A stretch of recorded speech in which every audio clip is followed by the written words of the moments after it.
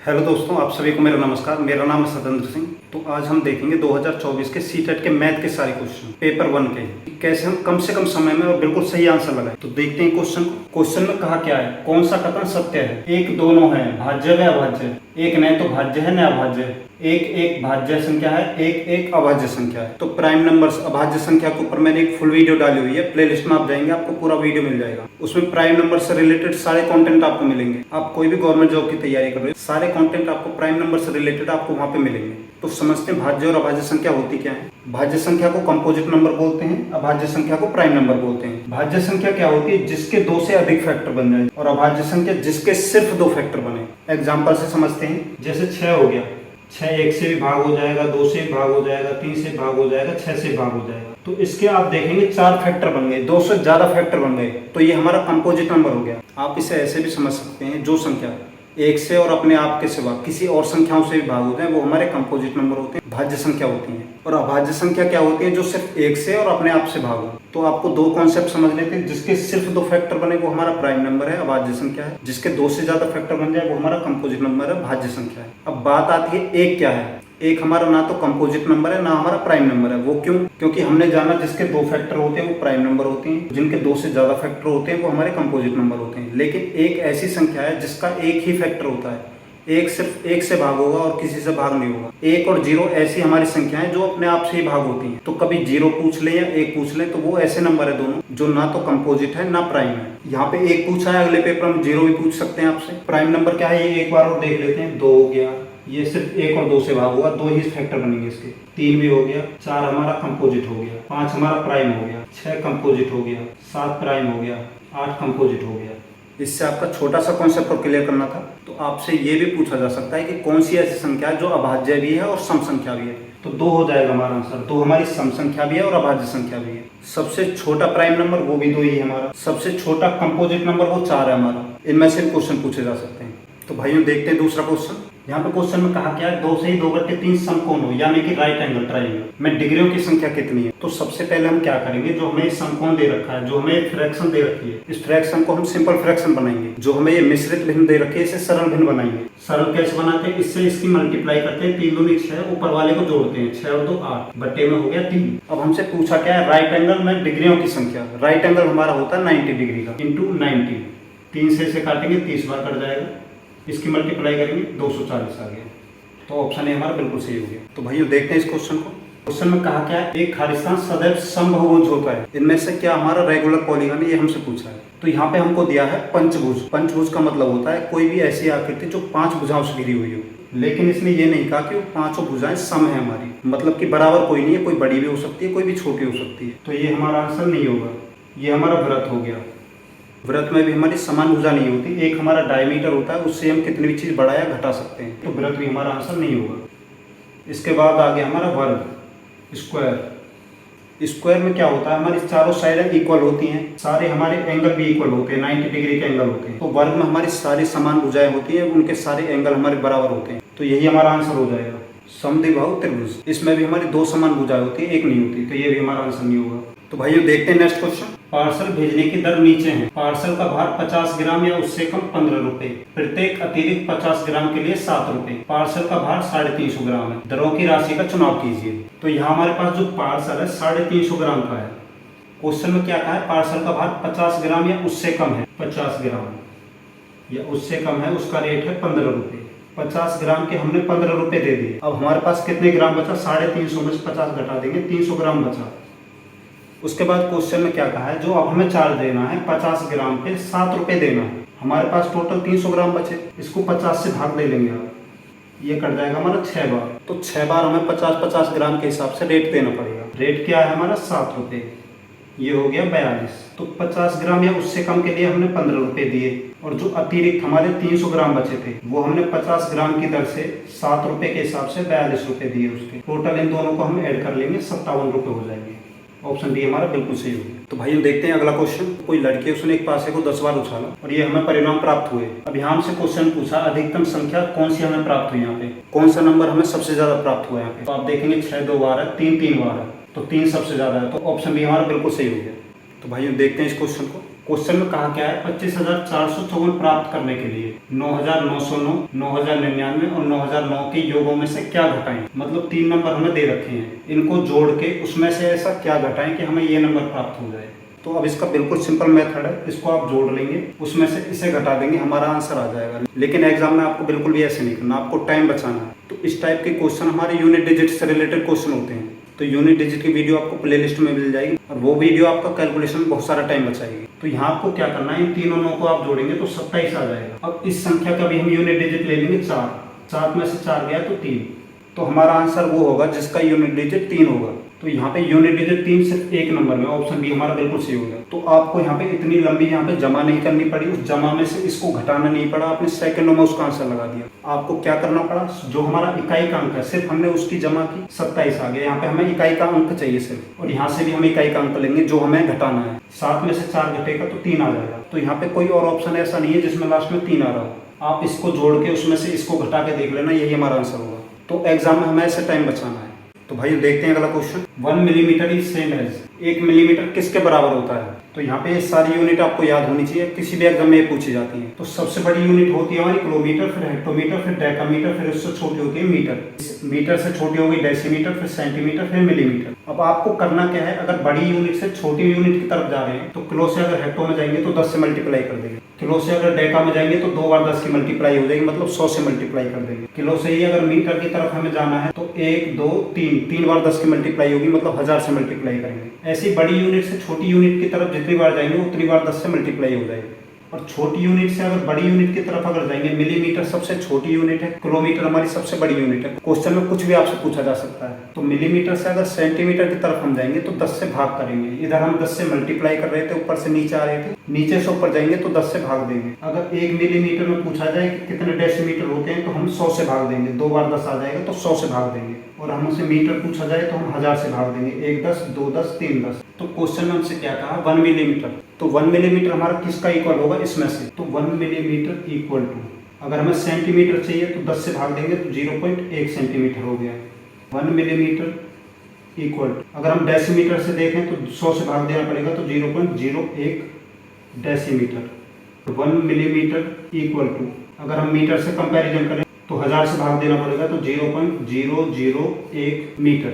तो क्वेश्चन में हमें एक तो मीटर दे रखा है और एक सेंटीमीटर दे रखा है। तो सेंटीमीटर 0.1 सेंटीमीटर होगा हमारा, तो ऑप्शन बी हमारा बिल्कुल सही हो गया। और मीटर में अगर 0.001 मीटर अगर दे रखा होता आंसर में तो ये भी हमारा आंसर हो। तो एग्जामिनर आपको कुछ एक ही ऑप्शन देगा, तो ऑप्शन डी हमारा बिल्कुल सही होगा। इन यूनिटों को आप ऐसे आसानी से समझ सकते हैं। तो भाई देखते हैं इस क्वेश्चन को। तो क्वेश्चन में कहा क्या है, किसी स्थान ओ से आरंभ करके एक मेढक 3 कदम, खरगोश 7 कदम छलांग लगाते हैं, किस कदम पर दोनों एक साथ छलांग लगाएंगे। इसका मतलब हमसे एलसीएम पूछा दोनों का। तो एलसीएम कितना हो जाएगा, 3 और 7 का 21।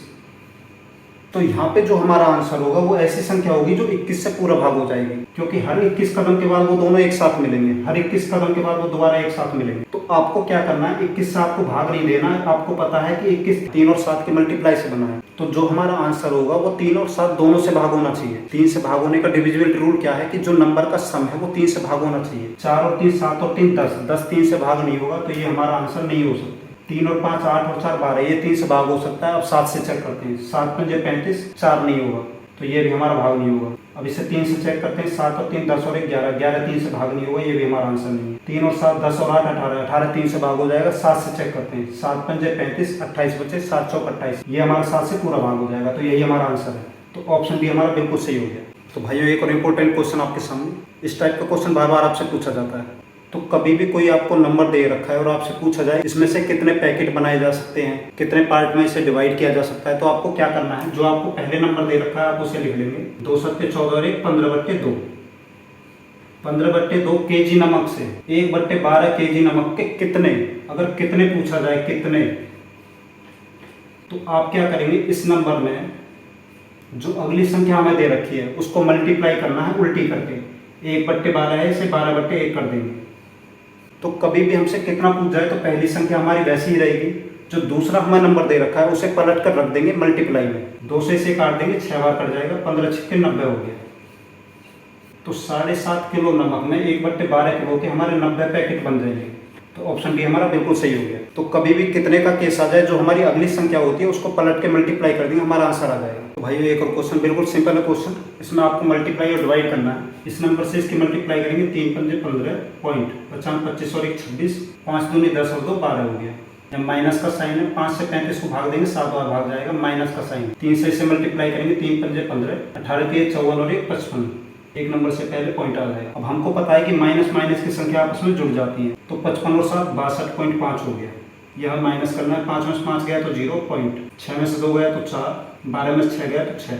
तो ऑप्शन बी हमारा बिल्कुल सही हो गया। तो भाई बहुत ही इंपॉर्टेंट क्वेश्चन आपके सामने। क्वेश्चन में कहा क्या है, वृद्ध अपनी जमीन के लिए 100 मीटर का तार लाया। जमीन का बड़ा टुकड़ा लेना चाहता है, किस माप का टुकड़ा ले कि अधिक क्षेत्रफल प्राप्त हो। तो ब्रज के पास जो जमीन है तो वो तार को इस माप में बांधना चाहता है कि उसे ज्यादा से ज्यादा जमीन प्राप्त हो। तो ज्यादा जमीन प्राप्त करने के लिए या तो हमारा वृत्त होना चाहिए, सबसे ज्यादा जगह जो हमें कवर करेगा तार के अंदर वो वृत्त करेगा, सर्कल करेगा। उसके बाद हमारा वर्ग हो गया, स्क्वायर हो गया। उसके बाद हमारा आयत हो गया, रेक्टेंगल। तो सबसे ज्यादा जगह हमारा वृत्त घेरेगा, उसके बाद वर्ग घेरेगा, उसके बाद आयत घेरेगा। तो यहाँ पे आपको पता है कि वृत्त में तो हमें कुछ भी नहीं दे रखा, सारा यहाँ पे हमें वर्ग और आयत की शेप में दे रखा है। तो यहाँ पे आप किसी भी नंबर का अगर परिमाप निकालेंगे, परिमाप का फॉर्मूला होता है 2 इंटू लंबाई जमा चौड़ाई। तो किसी को भी आप 25 और 25 50 हो गया, 15 और 35 50 हो गया, 5 और 45 50 हो गया, 30 और 20 50 हो गया। तो परिमाप सबका बराबर आएगा, लेकिन क्षेत्रफल कौन सा ज्यादा घेरेगा, तो वो हमारा वर्ग होगा, हमारा स्क्वायर सबसे ज्यादा घेरेगा।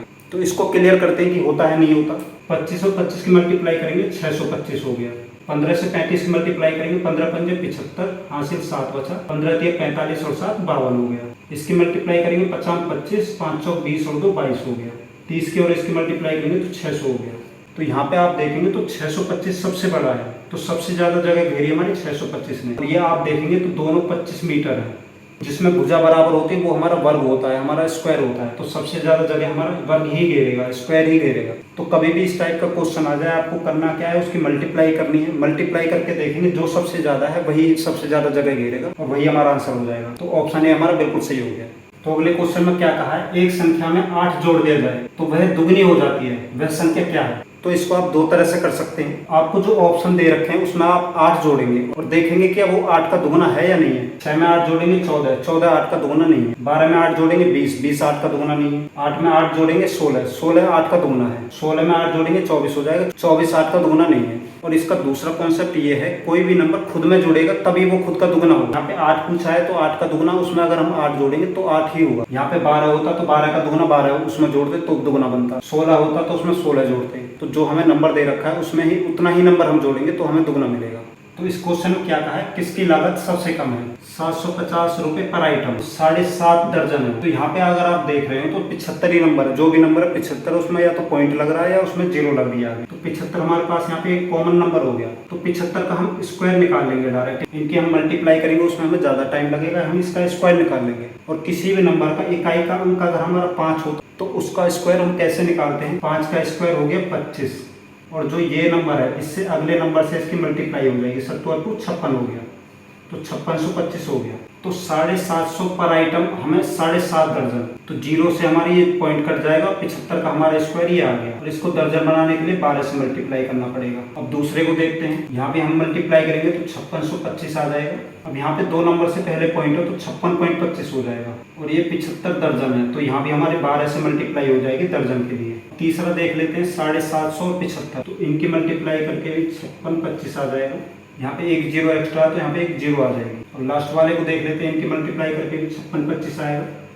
अब यहाँ 2 नंबर से पहले पॉइंट है तो एक 0 कट जाएगी और 1 नंबर से पहले पॉइंट आ जाएगा। तो आप यहाँ पे देखेंगे 5625 की मल्टीप्लाई हम 12 से करेंगे तो बहुत बड़ा नंबर आ जाएगा। और 12 से इस नंबर की मल्टीप्लाई करेंगे तो ये भी काफी बड़ा नंबर आ जाएगा। और 56,250 ये तो है ही काफी बड़ा नंबर। तो सबसे छोटा नंबर हमारा 562.5 हो गया। तो फोर्थ ऑप्शन हमारा बिल्कुल सही हो गया। तो यहाँ पे आपको क्या करना है, इनकी मल्टीप्लाई करनी है। मल्टीप्लाई करके जो सबसे बड़ा छोटा है वो आपके सामने आ जाएगा। तो देखते हैं इस क्वेश्चन को। तो यहाँ पे हमें एक सीरीज दे रखी है और लास्ट के 2 पद हमसे पूछे हैं। तो यहाँ पे अगर आप देखें तो ये 1 का क्यूब हो गया, ये 2 का क्यूब हो गया, ये 3 का क्यूब हो गया, ये 4 का क्यूब हो गया, ये 5 का क्यूब हो गया। अब यहाँ पे हमें 6 का क्यूब चाहिए, यहाँ पे हमें 7 का क्यूब चाहिए। तो 6 का क्यूब होता है 216, 7 का क्यूब होता है 343।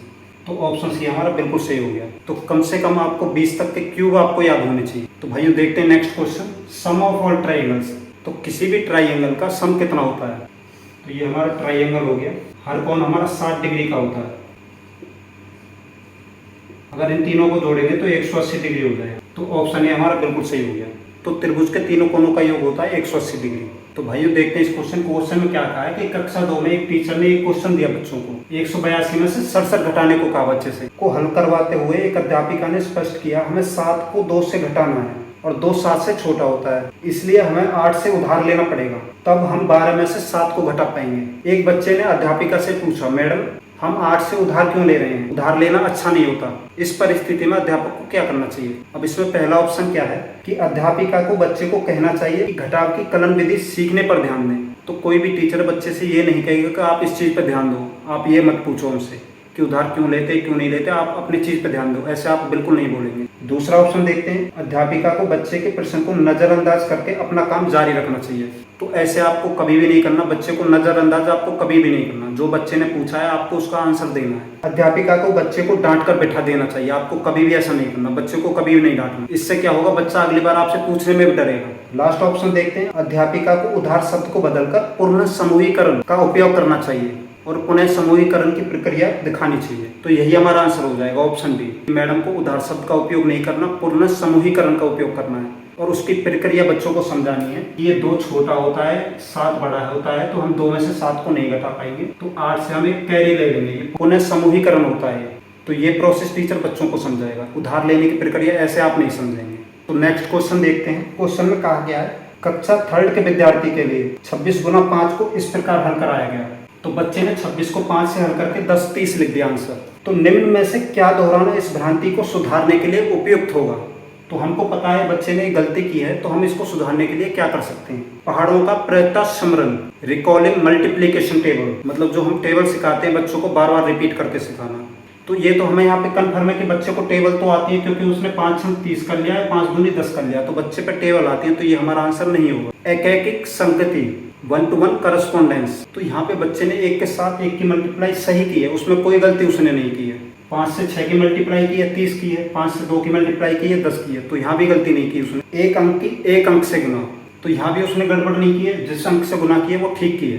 पुनः समूहीकरण की अवधारणा, तो यहाँ पे जो हमारा आंसर है पुनः समूहीकरण की अवधारणा। बच्चे को ये समझ नहीं आएगा 5 छंग 30 हो गया, तो 3 हमारे यहाँ पे कैरी चली जाएगी, 5 दूनी 10 और 3 13 हो गया, तो यहाँ भी कैरी वाली दिक्कत आई है। पिछले क्वेश्चन में भी कैरी वाली दिक्कत थी। तो पुनः समूहीकरण की अवधारणा को ही आप बच्चों को समझाना पड़ेगा कि यहाँ पे मल्टीप्लाई हम करते हैं, 0 आएगी, 3 हमारी कैरी चली जाएगी, फिर अगली संख्या से हम मल्टीप्लाई करेंगे और ये 3 उसमें ऐड हो जाएगा। आशा करता हूँ आपको सारे क्वेश्चन समझ आएंगे और इसी टाइप के क्वेश्चन आपको आगे भी देखने को मिलेंगे। तो आप वीडियो को एक बार और देख लेंगे, आपके सारे कॉन्सेप्ट क्लियर हो जाएंगे। और अगर आपके सारे कॉन्सेप्ट क्लियर हो गए तो मैक्सिमम आप 10 मिनट में सारे क्वेश्चन कर देंगे, तो यहाँ पे आपका टाइम बच जाएगा पेपर में।